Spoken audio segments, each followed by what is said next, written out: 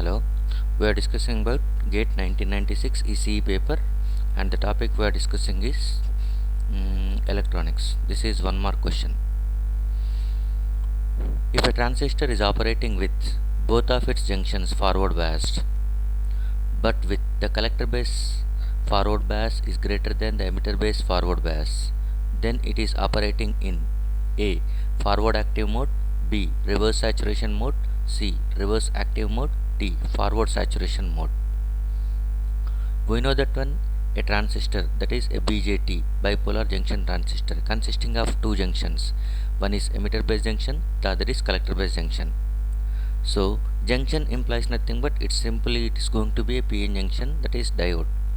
It may be forward biased or it may be reverse biased. Based on the biasing conditions of those two junctions, a transistor may be either operating in active region, saturation, or cutoff. Okay, so we know that a transistor is operating in active region whenever its emitter base junction is forward bias and collector base junction is reverse bias. Okay, and we know that a transistor is operating in saturation whenever both of its junctions are forward biased. But we never think that which forward bias is more, which forward bias is less. What should be used for the actual operation of transistor? Okay, based on that we can classify the saturation mode as forward saturation mode as well as reverse saturation mode. We will see how to classify this one. Before that first we will see about the active mode. Okay, in forward active mode, that is nothing but emitter base junction forward bias, collector base junction reverse bias. What happens, how the currents are going to be flowing. Okay, based on that we can proceed for the saturation region. So look at this one. Assume that we are applying the external voltage such that emitter base junction is forward bias and collector base junction is reverse bias. So that this is emitter base junction is forward bias, collector base junction is reverse bias. By that time, because of forward bias, electrons from N side are going to be diffusing towards P side and holes from P side are diffusing towards N side. But emitter is heavily doped, very much heavily doped compared to base, and base is going to be having two characteristics. One is nothing but base is lightly doped. Base is lightly doped.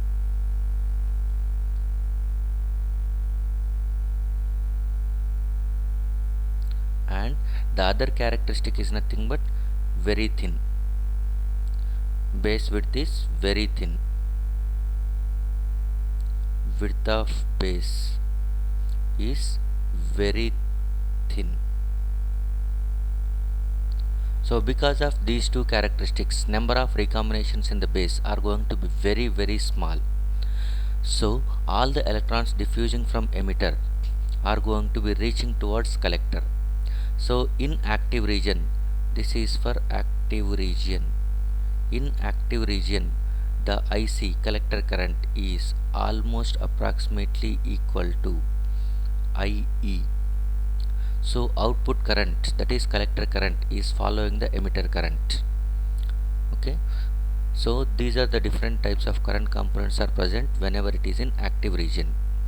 And with respect to reverse bias, since it is reverse bias, only reverse saturation current flows.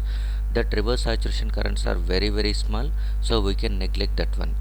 By that time IC is approximately equal to IE, and strictly speaking IC is equal to alpha times of IE. Since we are neglecting the reverse saturation components, we are not writing the plus ICEO, we are not writing that one. Okay, next, let us assume the transistor is kept in saturation region. Saturation region means both of its junctions are going to be forward bias. So this is what the diagram related to. Okay, emitter base junction forward bias. Whenever emitter base junction forward bias, all the electrons are going to be try to coming towards collector side. Because of base characteristics, it is lightly doped and very thin. So Previous diagram is nothing but it is related to active region. By that time collector bias junction is reverse bias. So in reverse bias we have neglected the reverse saturation currents. But now the collector bias junction is becoming forward bias. We know that one in forward bias current flows always in the direction of P to N. Okay, always in the direction of P to N. That is nothing but if you are going with the electrons from this one are going to be diffusing. So we write like this: electrons from this one, since it is forward bias, electrons diffuse from N side to P side and holes from P side to N side, they will diffuse. So the electrons are going to be more because collector is going to be heavily doped compared to base, so that the electrons are going to be moving in this direction, the arrow.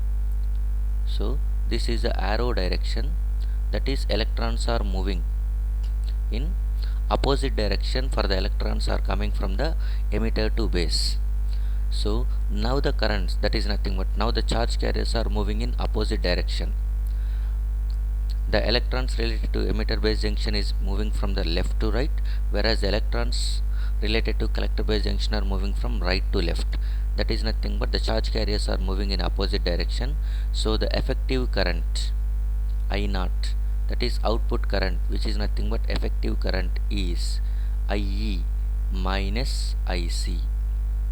So this IE minus IC is going to be positive. That is nothing but it is positive, and IE dominates when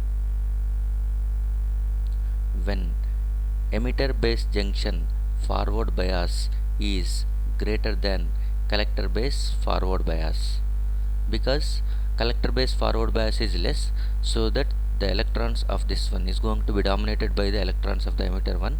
So the resulting current is going to be due to the electrons coming from the emitter only. So output current is going to be proportional to input current. This is what normal saturation region. So it is called as forward saturation region. Forward saturation region or forward saturation mode.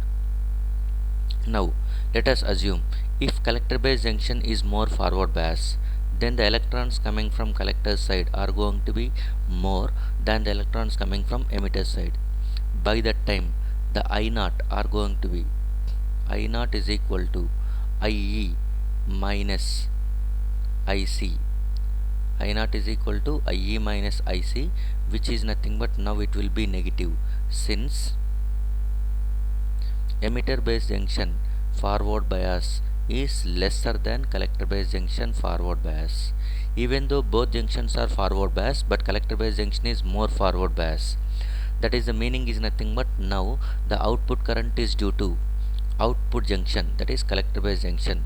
This is not normal transistor operation, so it is violating the transistor operation, as amplifier. Actually in transistor output current should proportional to input current. Output current should be function of input current, but here it is output current is function of output current only, because collector base junction is going to be called as generally output junction, and here it is this emitter base junction is input junction. Now the output current is due to current produced by the output junction. So this is not the transistor operation. So this mode is going to be treated as reverse saturation mode. This mode is called as reverse saturation mode. Reverse saturation mode. So this is not useful. Always in the saturation mode, collector base forward bias must be lesser than the emitter base forward bias for normal operation of transistor. So the right option for this one is this is reverse saturation mode. Answer is B. If the collector base junction is more forward bias than emitter base junction, it is called as reverse saturation mode, which is not useful for the transistor amplifier. Thank you.